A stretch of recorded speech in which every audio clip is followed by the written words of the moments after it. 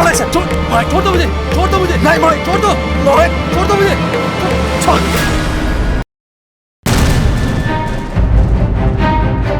एक तो मुमल के साथ मुझे जीने नहीं दिया, ऊपर से मरने पर पाबंदी क्यों लगा रहे हो? मैं उसके बिना नहीं जी सकता, प्लीज मुझे उसके पास जाने दो, प्लीज। मुमल जिंदा है मोहित।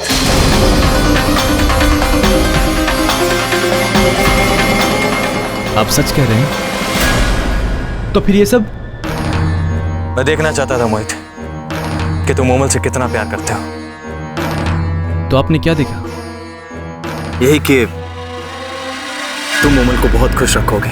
मुमल की शादी अब तुम ही से होगी मोहित, तुम ही से। Welcome to the family. Thank you.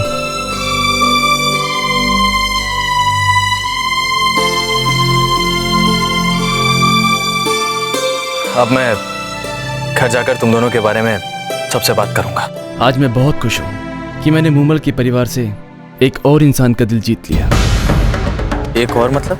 भाई साहब, जब आप सब लोग मेरे और मुमल के रिश्ते के खिलाफ थे, तो आपके घर में सिर्फ एक ही हस्ती थी जिन्होंने मुझ पर और मेरे प्यार पर विश्वास किया, मेरी तड़प को समझा,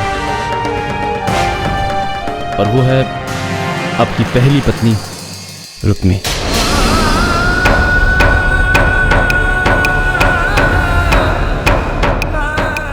मैं सब जानता हूँ भाई साहब। हालांकि पहले मुमल को भी इन सब बातों से इनकार था, लेकिन रुक्मी भाभी की वजह से जब मुझे पता चला कि मुमल को दिल्ली भेजा गया है और मैं मुमल से दिल्ली जाकर मिला, तब शायद मुमल को यकीन हो गया कि रुक्मी भाभी बहुत अच्छी है, सबकी गलतफहमी का शिकार है। आप नाराज मत होइए भाई साहब, जब आपने मुझे अपने परिवार का हिस्सा मान लिया है तो प्लीज अंडरस्टैंड कि आपकी बहन को उसके जीवन की सबसे बड़ी खुशी सिर्फ और सिर्फ रुक्मी ने दी है। मैं पहली बार किसी ऐसे इंसान से मिला हूं जिन्होंने किसी पराये के लिए अपने ऊपर लगाए गए चोरी का इल्जाम चुपचाप सह लिया। सुबह दीप भाई साहब का बटवा चुराते हुए पकड़ा था मैंने इसे, अब इसने दीप भाई साहब को ही झूठा ठहरा दिया। क्या? इसने दीप भाई साहब का बटवा चुराया? और नहीं तो क्या। अरे अब क्या कह रहे हैं तुम्हें? अरे अब जवाब क्यों नहीं देती हो? जबान कट गई है क्या? किस बात का जवाब? देखा भाई साहब, अब कितनी भोली बन रही है। अरे कहेगी क्या भी, और जो भी बोलेगी झूठी बोलेगी।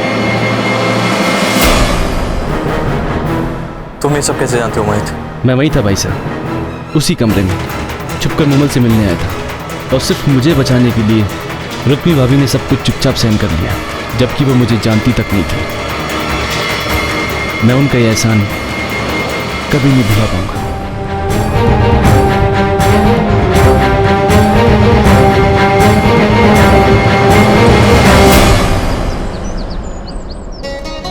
कजरी, क्या तूने ठाकुर साहब को जाते हुए देखा था? ना तो जुड़ी रख रही।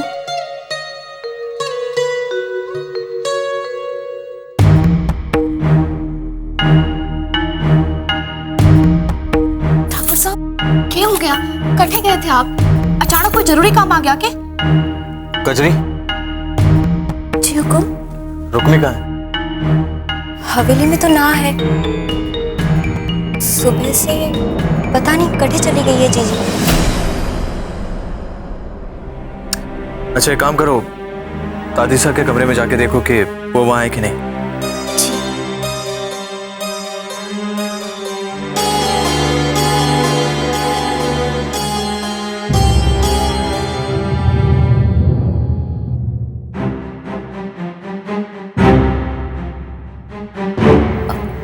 ठाकुर साहब,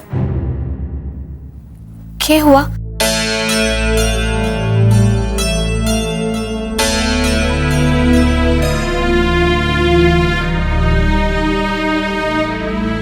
हुकुम, दादी सा तो अपने कमरे में ही है। ठीक है।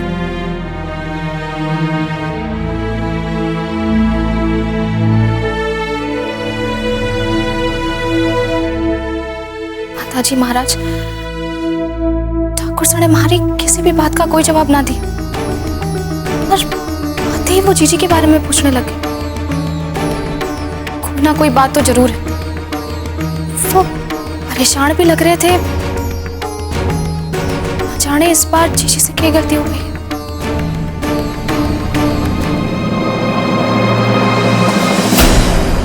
ये रिश्ता नहीं हो सकता दादी साहब। ये तो क्या कह रहे हो रणवीर? मुमल के वास्ते इससे अच्छो रिश्तों और ना मिले को बेटा। हाँ, लेकिन अगर इस रिश्ते की कीमत मुमल को अपनी जान देकर चुकानी पड़े तो वो मुझे बिल्कुल मंजूर नहीं होगा दादी साहब। आज सुबह अगर मैं वक्त पर मुमल के कमरे में नहीं पहुंचता ना, तो इस वक्त हम मुमल के मरने का शोक मना रहे होते दादी साहब।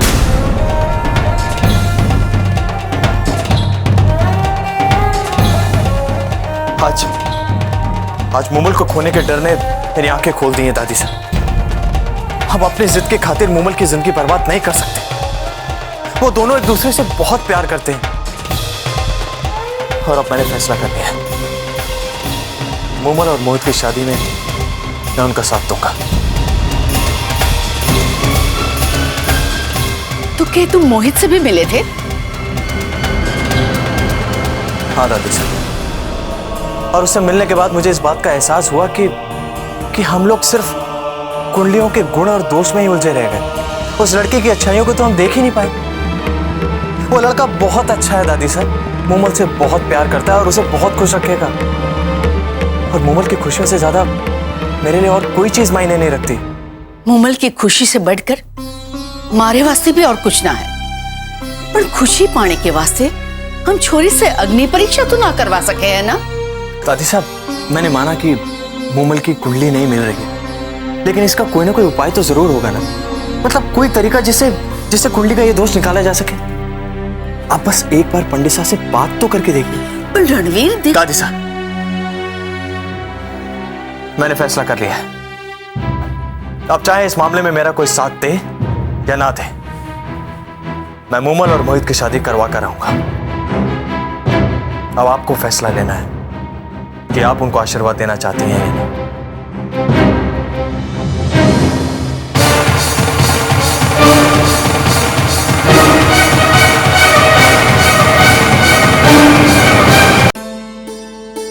नंद काका, क्या आपने जीजी को देखा है? ना छोटी ठोकरान, मैंने तो सुबह से रुक्मी ना दिखी। क्या बात है छोटी ठोकरान? ठाकुर साहब भी मैंने रुक्मी के बारे में पूछ रहे थे और अब आप भी।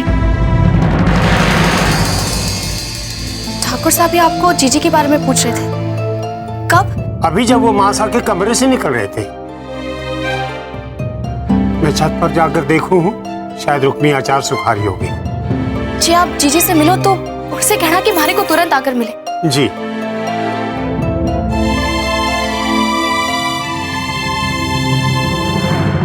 ना जाने क्या हुआ है, ठाकुर साहब तो जीजी के नाम से ही चिढ़ जावे।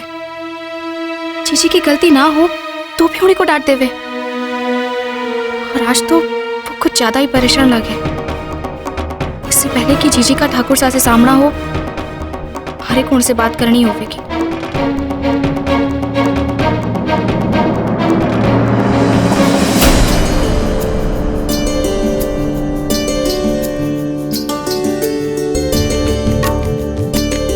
भंवर जी मासा।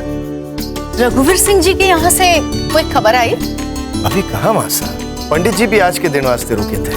वो कह रहे थे कि रिश्तों पक्को करने वास्ते आज का दिन बहुत शुभ है। तो लड़के वालों की मंजूरी आने से पहले ही ये सारी तैयारियां क्यों करवा रहे हो? अरे जब कुंडलियां इतनी अच्छी तरह से मिल गई हैं तो मंजूरी भी आ ही जाएगी। इस समय इतना लायक छोरा मिलना भी बहुत भाग्य की बात हुए है। और अगर इतना अच्छा रिश्ता आने के बावजूद मुमल की शादी मोहित से हो गई तो यह भी भाग्य ही है ताया साहब।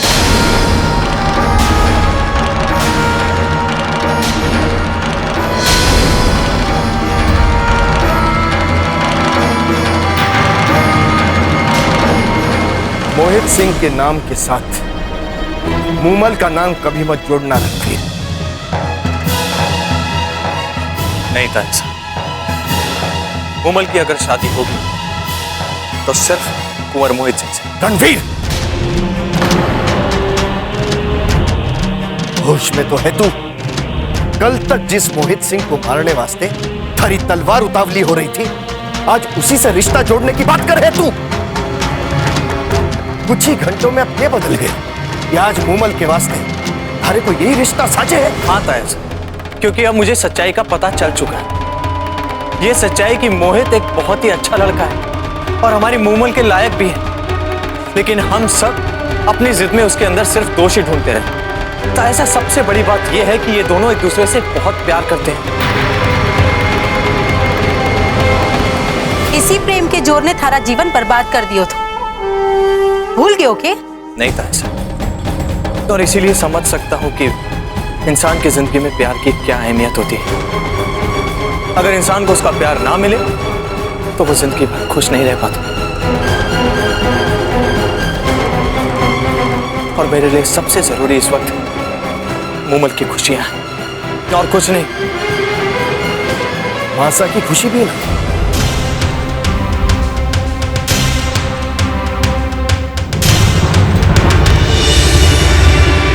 आप चुप क्यों हैं मासा? कहीं ऐसा तो नहीं कि आपको इस घटना के बारे में पहले से सब कुछ मालूम था, इसलिए आप हमारे को तैयारी करवाने से रोक रही थी? रणवीर के प्रेम ने आपको इतना अंधा कर दिया है कि आप अपने हाथों से अपने विश्वासों का और अपनी परंपराओं का गला घोट देना चाहती हैं। मारा विश्वास मारे साथ ही जावेगा भंवर, और इस हवेली की परंपरा तोड़ने से पहले हमारी आंखें बंद हो जाएगी। अपनी मां को इतनी लाचार भी ना समझ। मैं जानू हूं कुंवर मोहित सिंह और मूमल की कुंडलियां ना मिले हैं, पर जहां मण मिले हो वहां कुंडलियों के दोष का उपाय खोजा जा सके है। मैंने पंडित जी से बात कर ली है। कुंडलियों का दोष निकालने के लिए वो कोई ना कोई उपाय तो ढूंढ ही लेंगे।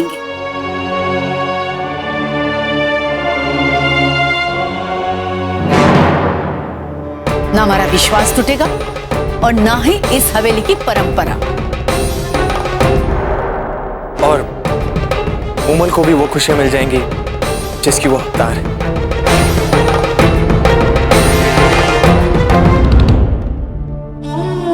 लेकिन ताया साहब, मूमल की ये खुशियां आपके आशीर्वाद के बिना अधूरी हैं।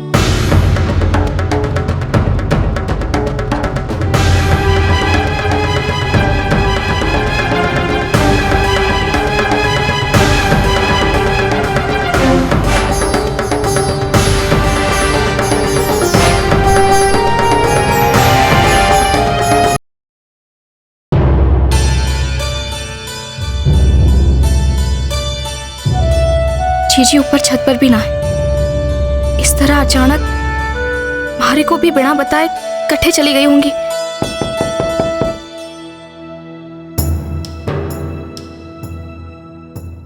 वो रुक्मी जीजी आ गई है छोटी ठकराइन। कट्ठे गई थी वो? जीजी मंदिर गई थी। मैंने उनको बता दिया है कि आपको उनसे कोई जरूरी बात करनी है। वो नीचे आपका इंतजार कर रही है। ठीक है, तू जा। अच्छा सुन, ठाकुर सा कट्ठे तने दिखा? छोटे ठाकुर सा तो बड़े ठाकुर सा के कमरे में है, उनसे कोई बात कर रहे हैं। ठीक है।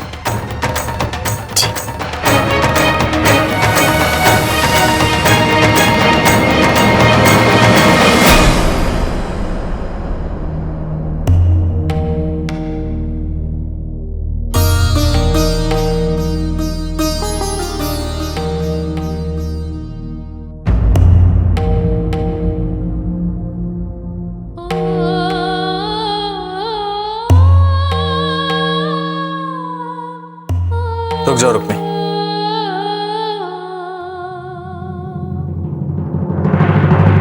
माफ करना ठाकुर साहब, वो मैंने खबर ना थी कि आप अठे हो। पता कैसे चलेगा? हवेली में रहोगी तब तो कुछ पता चलेगा ना। कहाँ गई थी? मंदिर। किसी को बिना बताए?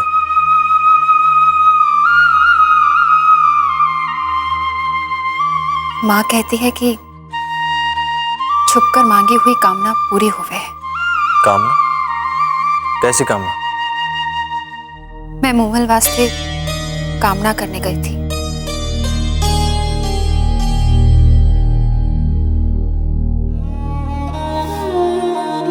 मैं ये तो ना जानूं कि तुम्हारे को ये हक है कि नहीं, पर जब मैंने देखा कि आपने मोमल को मदद करने का वचन दिया है, तुम्हारे को लगा कि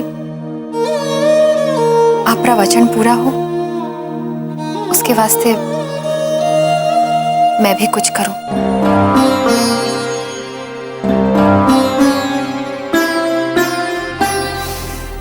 मैंने माफ करना ठाकुर साहब।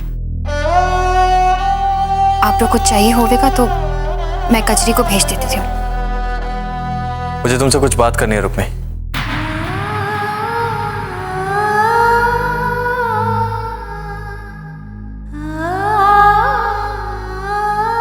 भगवान ने तुम्हारी सुन ली है रुक्मी। सच? मैं अभी अभी मोहित से मिलकर आ रहा हूं। तुमने बिल्कुल ठीक कहा था, बहुत अच्छा लड़का है और मुझे पूरा यकीन है कि वो मोमल को खुश भी रखेगा।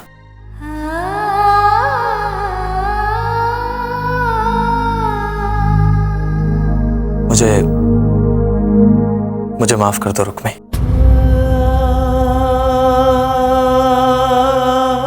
अगर मैंने तुम्हारी बात पहले मान ली होती तो आज हमें इन सब परेशानियों से ना गुजरना पड़ता। और मोमल पता नहीं क्या कर बैठती। आज अगर मोमल की जान बची है तो सिर्फ तुम्हारी वजह से रुक्मी, और तुम्हारा यह एहसान मैं जिंदगी भर नहीं भूलूंगा।